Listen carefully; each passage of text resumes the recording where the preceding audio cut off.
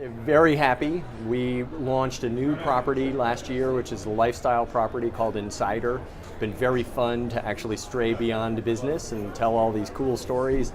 It ventured into social video, which is the next big thing, I think tremendously promising. And so we're really now becoming a full-fledged video production company in addition to the original text-based journalism. And so it's very exciting. Had our biggest month ever in November with more than 120 million global uniques. And the other important trend that's happening now is that a lot of the audience is distributed. It's happening on platforms like Facebook and Instagram and so forth. You add all them in, we're reaching over 300 million people a month, so very exciting.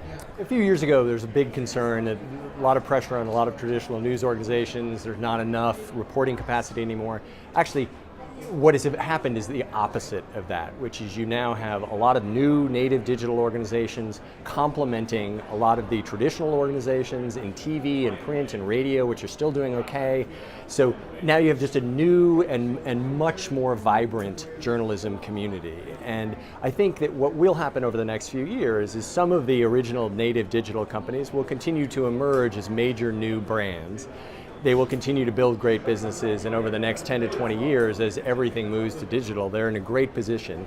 But it's not like the traditional companies are going to die. TV is still in good shape.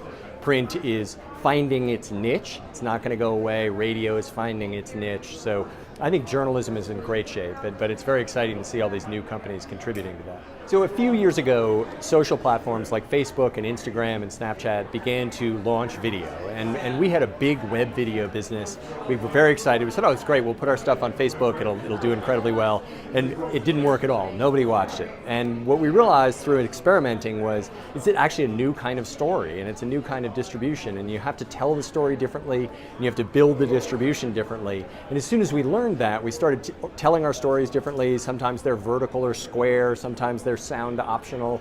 And once you start to do that, it unlocks this incredible new opportunity for people who are between things. They're going through their social feed. It's a new form, it's a new medium, effectively. And this is, I think, the biggest new opportunity, and it's happening now. People talk about virtual reality and augmented reality.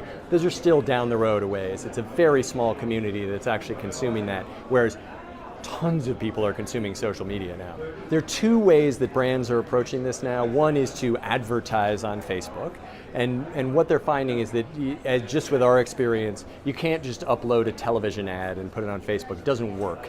You can't share it. It's a different kind of story. So now we're starting to see brands experiment with native social video creative, and we're working with a lot of companies on developing that. Huge opportunity there. And then the other thing that's happening is Facebook is now designing new units for social video. And I've been sworn to secrecy, so I can't reveal some of what they're coming up with, but they're coming up with some very smart ways where it's much more integrated into the storytelling, the same way it is in television. And I think that will unlock a huge opportunity for brands, and it will enable them to get the control and scale that they love from television.